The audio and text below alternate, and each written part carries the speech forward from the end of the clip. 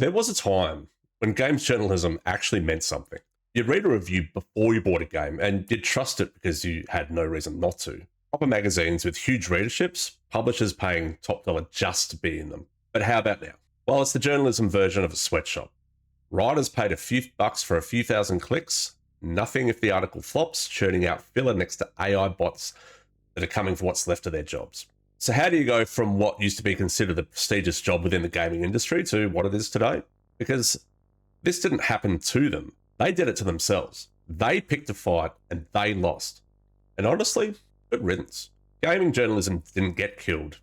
It went to war with us and they lost.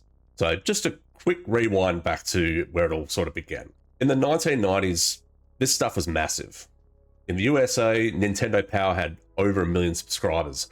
And publishers, as I mentioned before, paid tens of thousands of dollars just to be in them. But the biggest takeaway here is that these magazines and publications were trusted by gamers because a review in one of these magazines, it felt official. Now, here in Australia, we had our own publication called NMS. And if you're an Aussie watching this, you may remember Nintendo Magazine System. And we'd sort of read this as kids back from the Super Nintendo through to the N64 days.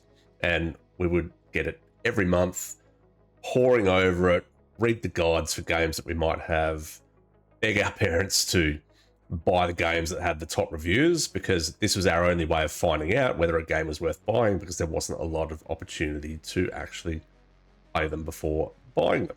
But in preparation for this video, I looked it up and it folded in the year 2000 and I didn't even notice, which is kind of the whole point of this video. Gaming journalism and the publications that we used to trust, they didn't really disappear with a bang. They just vanished quietly. Back then it was one small little local magazine to Australia. Now it's pretty much the entire industry. So what caused this? Well, 2014, obviously. I'm pretty sure, as everybody knows, on the same day, a wave of big outlets ran articles declaring that gamers were dead, that the whole gamer identity was over.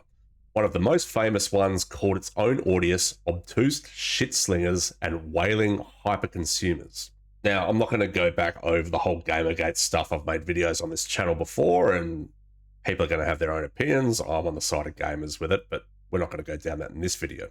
But if you look at what was left at the end of it, this was a moment a huge chunk of the games press openly turned on the people who read their writing, and they decided that we, as gamers, were the enemy. And of course, this set the entire tone for us for the next decade, didn't it? You didn't like the coverage? You were toxic. Entitled, a chud. Writers building whole personal brands out of sneering at their own readership, which pretty much culminated in 2024 with the likes of Alyssa McCante at Kotaku publicly writing critics off as grifters. The whole vibe just said to us that they didn't need us. They were better than us, which is a bold play when we as gamers are the entire reason they exist in the first place. So to frame it completely for you, they basically spent a decade telling us to get lost. And we did.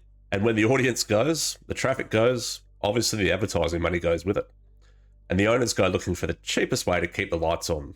So here's where it landed. Games media as a group got bought out. A content mill called Valnet swallowed half of Games media and then they completely gutted it. The base pay vanished. Writers now get a few dollars per 1,000 clicks and nothing at all if the article underperforms. And of course, what they couldn't squeeze out of human writers, they replaced with bots. One outfit sacked its staff for AI editors and stuffed the site with gambling ads. And of course, the one that says it all. Game Informer. 33 years, the biggest of the lot. Killed overnight. The whole archive wiped and replaced with a goodbye message written, ironically, by AI. So the people who spent 10 years lecturing you about your toxic little hobby are now literally competing with a chatbot to turn out 10 things you didn't know lists for $8 a click. If that. That's the job now. That's what they turned it into for themselves. Now, I'll give a little bit of concession to games media here because it's not entirely their fault. Google gutted search traffic. AI answers everything before you click now, and that hammered every media outlet on the planet, not just gaming. That really happened, and you'll know it when you go online and just do any search yourself now. But that's the point. Every kind of media got hit by the exact same Google and that same AI. But games journalism is the only one that's uniquely and spectacularly dead. And that part, dear viewer, is all on them. Because of course, they're the only ones who spent the better part of a decade telling us to F off. They had a readership that trusted and grew up on them, and that paid their bills. And they decided that audience, us, we were beneath them. They picked the fight. They told us that we were the problem. And they lost. And now they're begging us to click so they can put food on the table. So no, gaming journalism didn't get killed. They walked themselves off the cliff. And after 10 years of being told that we're the reason gaming's ruined, I say good night and good riddance and get. Welcome home. Welcome home. Back to the place where you belong.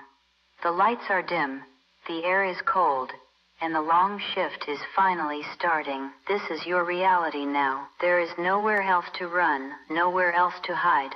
Just step inside. Welcome home.